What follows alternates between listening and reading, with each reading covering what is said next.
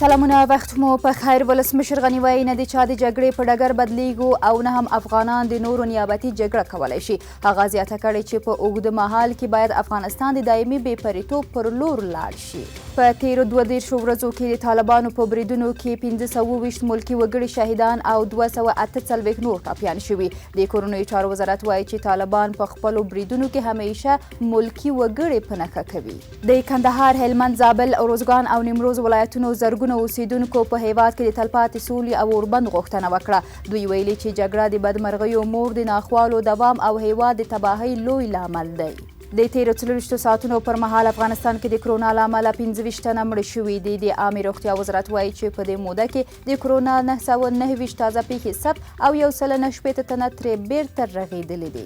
او منظور پښتين ویلي د پاکستاني ریاست د ظلمونو خلاف یو میاشتنی ستر احتجاجونه پیلوو. هغه د پښتون افغان وطن له ټولو خلکو او ګوندونو غوښتنه کړې چې غږ ته یې لبیک ووایي.